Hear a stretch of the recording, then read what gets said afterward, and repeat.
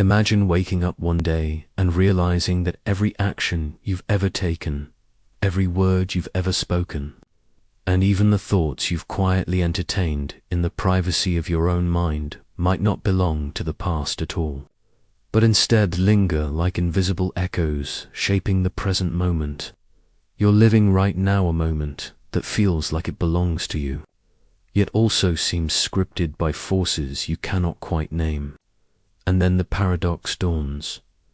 Is this what people have always meant when they speak of karma? Or is it merely the machinery of your own psychology looping back upon itself in ways too subtle for you to notice until the consequences arrive at your doorstep? The unsettling question presses closer when something terrible happens to you. Do you ever whisper to yourself, "Perhaps I deserved this," even if you don't really believe in cosmic justice? Or when something unexpectedly good befalls you, do you catch yourself wondering if the universe is finally rewarding you for unseen virtues? At that moment, you stand in the crossfire between two explanations, one mystical, one psychological, and neither feels entirely sufficient. If karma is real, then reality itself is a moral ledger where nothing ever disappears. But if it is only psychology in disguise, then perhaps we are the ones who invent karma, desperately weaving patterns into chaos because the thought that life is random is too unbearable to live with. Yet here lies the paradox. The experience of karma feels real, even when the intellect dismisses it. And that very tension pulls you into a deeper confusion. Are you a witness to some eternal cosmic law, or merely a prisoner of your own brain's pattern-seeking instinct? You imagine yourself at the edge of a crowded street, hearing the hum of traffic, and you recall a moment years ago when you wronged someone, a small betrayal, maybe a cruel word thrown casually, and suddenly, as if by coincidence, something goes wrong in your life. A loss, a rejection, a stroke of ill luck, and your mind instantly builds a bridge between those two unrelated events. This must be payback. But why do you think that? Why does the human mind crave this symmetry, this neatness of cause and effect, when the world itself often appears indifferent and mercilessly chaotic? Perhaps, you wonder, karma is less about cosmic bookkeeping and more about the secret weight of guilt that reshapes the way you see misfortune, coloring it as punishment. Or maybe it's the opposite. Maybe karma is not a trick of the mind at all, but an unseen architecture of reality that psychology, in its arrogance, cannot fully account for. Think of the stories that circulate through cultures. A man cheats others for profit, and years later his wealth evaporates under mysterious circumstances. A woman shows kindness to strangers, and unexpected opportunities seem to arise wherever she goes. Are these coincidences? Or are they evidence of a pattern too vast for science to capture? The paradox grows sharper the more you look. Science insists on randomness. Psychology speaks of projection. Yet lived experience whispers of balance, of unseen reciprocation, of a moral order hidden in the fabric of time. And if that order exists, if karma is real, then every choice you make, even the smallest one, is not just a fleeting decision, but an inscription in the eternal script of your life. What if the moment you turn away from someone in need, you're not just closing a door in that instant, but setting in motion ripples that will someday return to you, transformed, magnified, inescapable? And conversely, what if every act of kindness is not wasted, but secretly woven into a future moment when you will most desperately need it? Yet the mind resists such thoughts, doesn't it? Because if karma is real, then nothing is truly forgotten, and the past is never safely buried. It would mean you live in a moral universe where justice, however delayed, is inevitably in. That thought can feel both comforting and terrifying. Comforting, because it promises that cruelty will not triumph forever. Terrifying, because it also means that your own hidden cruelties, the ones you've excused, might someday come back for you. But if karma is only psychology, if it's nothing but the brain's need to map meaning onto chaos, then what does that say about us?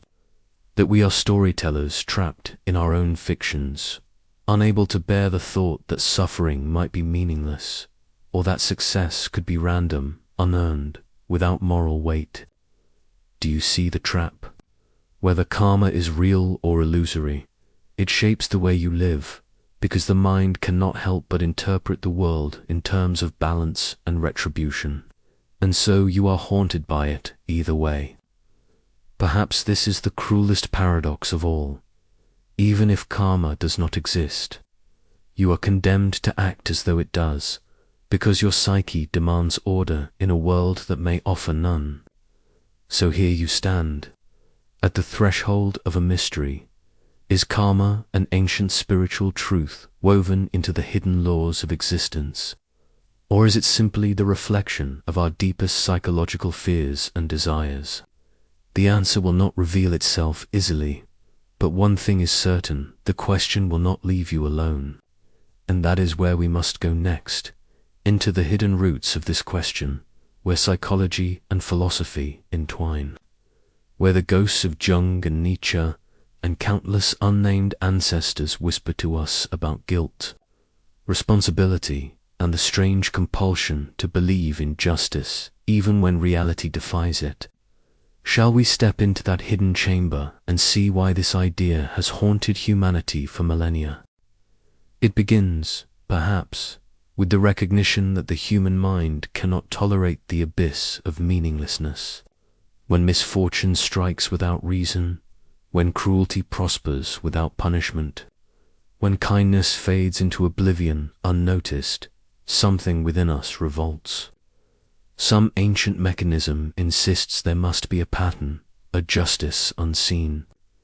And this revolt is not merely cultural or religious, it is psychological, deeply embedded in the architecture of consciousness itself. The same part of you that recoils from chaos and seeks order in the stars. The same instinct that made your ancestors name constellations in the night sky and tell stories about gods moving their lives like pieces on a board. And so karma arises, not just as a mystical law, but as an inevitable projection of the psyche's yearning for coherence. Carl Jung might have called it an archetype, the shadowed reminder that every action contains its opposite, that the unconscious will not permit you to escape the consequences of what you repress. While Freud would have framed it as guilt displacing itself into the external world, so that when you suffer, you interpret the suffering as deserved punishment, and when you succeed, you read the success as earned absolution. But beneath these interpretations lies a darker truth, that the belief in karma may be less about the universe's hidden laws and more about humanity's inability to face the randomness of existence. Because if reality is chaos, then every tragedy is meaningless. Every joy is accidental, and you, the one who suffers and rejoices, are merely a particle swept along in a storm with no direction, no morale, significance, and no promise of balance. And such a vision would annihilate the fragile stability of your psyche. Thus you invent karma, or perhaps karma invents you, whispering through myth, religion, and moral intuition, a voice telling you that what you sow, you shall reap, not because the cosmos cares, but because without such a story, the weight of existence would crush you into despair. Yet think deeper. Why does guilt linger when no one else remembers your transgressions? Why do secret betrayals haunt you at night while others sleep peacefully, oblivious? Jung would say that the psyche itself is the avenger, the inner tribunal that never forgets, and in that sense, karma is simply psychology personified. the unconscious holding you accountable when the world refuses to, punishing you through dreams, anxieties, psychosomatic symptoms, subtle acts of self-sabotage. And yet philosophy complicates the picture further. Consider Nietzsche, who warned that humans invented moral systems not to reflect cosmic truths, but to survive the terror of existence, turning raw chaos into rules of justice and fairness so the unbearable would become bearable. And in doing so, they chained themselves to invisible laws of morality, laws that may have no foundation outside the human mind. Does this not sound like karma, a self-imposed law disguised as universal truth, a moral structure that disciplines you even when no divine judge is watching? But then again, ask yourself, why does this idea appear everywhere in Hinduism, Buddhism, Christianity's echoes of reap what you sow in folk sayings about what goes around comes around? Why does every culture, regardless of geography or time, conjure the same notion that deeds circle back to their doer? Could it be mere coincidence, or is it evidence of some deeper law woven into existence itself? Here the tension tightens. On one hand, psychology tells us we are victims of cognitive biases, the just world hypothesis, for instance, which convinces us that good things happen to good people and bad things happen to bad people, because the alternative that the world is indifferent would break us. On the other hand, the persistence of this belief across millennia suggests that it is not merely illusion, but perhaps a glimpse into something larger, a truth obscured by our modern skepticism. Imagine, for a moment, the child who sees her cruel tormentor later stumble in failure. Does she not whisper karma, even if she has never been taught the word? Or the criminal who evades justice but cannot shake his paranoia, does he not live in a prison of his own making, a psychic retribution that feels indistinguishable from divine punishment? The root of karma, then, is found in the double mirror of human existence. The external world, often chaotic and indifferent, and the internal world, which demands order and balance, and so we live suspended between them, unsure if karma is truly a law of the universe or a law of the psyche masquerading as the universe itself. But here lies the danger. If karma is nothing but psychology, then the balance you seek may never arrive, and you may live your entire life expecting justice that never comes, interpreting coincidences as cosmic signs, feeding your hope with illusions. And if karma is real, then you can never escape the consequences of your actions, no matter how carefully you hide them, for the universe itself will not forget. Either way, you are trapped in a cage, one forged of fear of meaninglessness, the other forged of fear of inevitability, and you cannot easily escape because the roots of this belief are too deep, intertwined with your very sense of identity, morality, and sanity. Perhaps this is why karma remains so potent.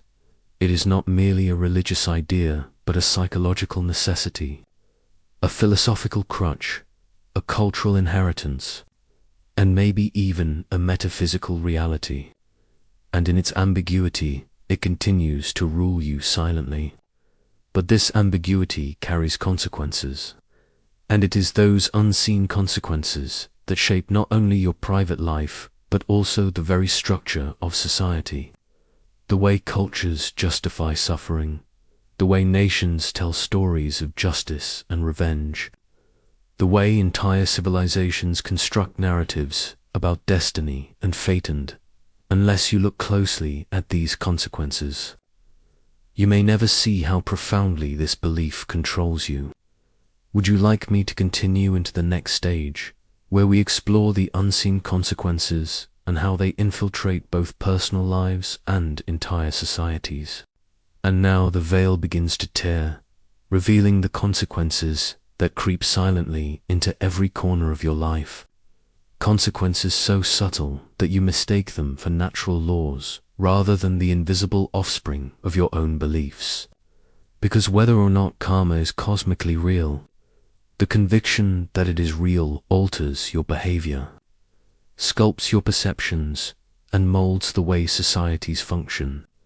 Think of the way you hesitate before a small act of cruelty, not necessarily because the victim has the power to retaliate, but because something whispers that the universe is watching, and in that whisper you pause, change your action, reconfigure your moral stance, as though unseen eyes weigh your every move. And this hesitation, repeated across millions of lives, creates entire cultures of restraint, moral architecture built not on proof, but on the haunting possibility of retribution. Yet the darker side emerges too, when tragedy strikes someone else. How often do you, in secret thought, whisper to yourself, "They must have done something to deserve this," as if suffering were a moral receipt rather than the random cruelty of existence. And in that moment, you absolve yourself from compassion, comforting your own fear of vulnerability by pretending that pain is always earned, forgetting that such logic condemns you too. Because the day misfortune arrives at your door, you will wonder what hidden sin has summoned it. This is how karma, real or illusory, manipulates empathy, shaping the way you interpret the joys and agonies of others, turning you into both judge and prisoner of a moral universe that may not exist outside the scaffolding of your brain. And it grows deeper still. At the level of society, karma becomes a tool of control, a story whispered by kings and priests, governments and gurus, assuring people that justice is inevitable, that their suffering is repayment for past lives or past sins, and thus rebellion becomes unnecessary. Patience becomes a virtue, endurance becomes sanctified. But beneath this surface morality lurks a subtle oppression, because if the poor believe they are poor due to karma, they accept their chains as destiny.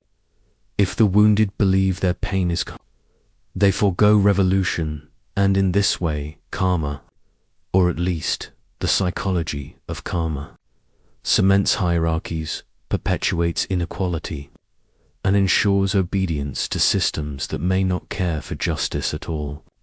Yet on the personal scale, the unseen consequences ripple inward.